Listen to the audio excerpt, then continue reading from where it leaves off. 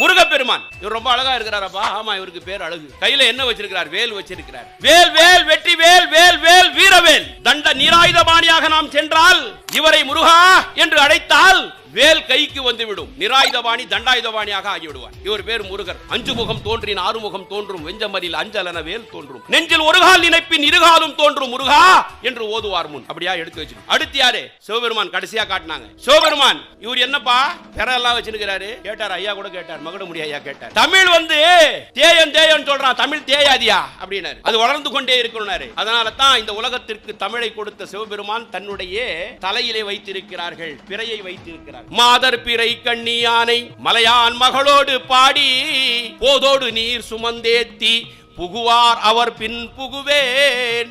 யாதும் சுவடு படாமல் ஐயாறு அடைகின்ற போதும் காதல் மடப்பிடியோடு களிறு வருவன கண்டேன்.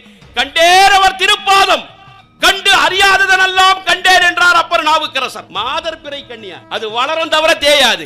இந்த தமிழை கொடுத்தவன், இந்த தமிழ் வளருமே தவிர தமிழ் தேயாது. இப்பேற்பட்ட சிவபெருமானை காட்டினார்கள். இவர் என்னப்பா சொல்றாரு? நமச்சிவாய வாழ்க நாதன் தாழ் வாழ்க, இமை பொழுதும் என் நெஞ்சில் நீங்காதான் தாழ் வாழ்க, ஆகமமாகி நின்றண்டிப்பான் தாழ் வாழ்க, ஏகன் அநேகன் இறைவனடி வாழ்க. என்னப்பா விளக்கம் கேட்டான் சுல்தான் முகமது புகாரி. சொன்னாரு ஏகன் என்றால் இறைவன் ஒருவன். அப்படியா? குர்ஆன் கூட அதான் சொல்லுது. அல்லாஹ் ஒருத்தன் தான் குர்ஆன் சொல்லுது. சரியா சொல்றாரு? வேற என்ன சொன்னார்? ஏகன் இறைவன் ஒருவனாய் இருக்கிறார், அநேகன் அவன் எல்லா உயிர்களிலும் இருக்கிறான் என்று சொன்னார்கள். அப்படியா?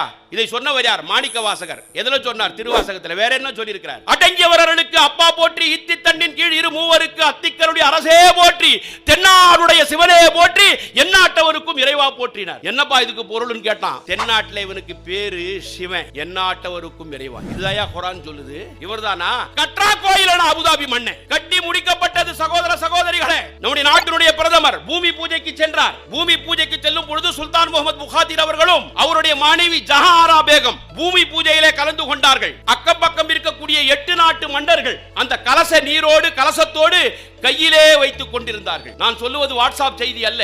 அல் ஜசீரா என்று சொல்லக்கூடிய யுனைடெட் அரபு எமிரேட்டுடைய அங்கீகாரம் பெற்ற அல் ஜசீராவினுடைய தொலைக்காட்சி இதை உலகத்திற்கு காட்டுகிறது. அந்த அம்மா தலையில ஒரு பெட்டியை கொண்டு வந்தாங்க. உலகமே பார்த்தது, நானும் பார்த்தேன். என்னதான் கோவில் கட்டினா கூட, சிவனுடைய ஆலயம் கட்டினா கூட நம்ம ஆளு பாரு பாய் மேல பெட்டியை வச்சுன்னு வரான். அதுல திருக்குர்ஆன். நாங்கெல்லாம் திருக்குர்ஆனை மேல வைப்போம், மாரோடு அணிச்சிக்கும், இடுப்புக்கு கீழே திருக்குர்ஆன் போகாது. திருக்குர்ஆன் இருக்கும் என்று உலகமும் பார்த்து கொண்டிருந்தது, நானும் பார்த்து கொண்டிருந்தேன். பூமி பூஜை அந்த பெட்டியை கீழே இறக்கி வைக்கிறார்கள். பெட்டி திறக்கப்படுகிறது, உலகமே பார்த்து கொண்டிருக்கிறது. அதிலே திருக்குர்ஆன் இருக்கும் என்று பார்த்து கொண்டிருந்தது.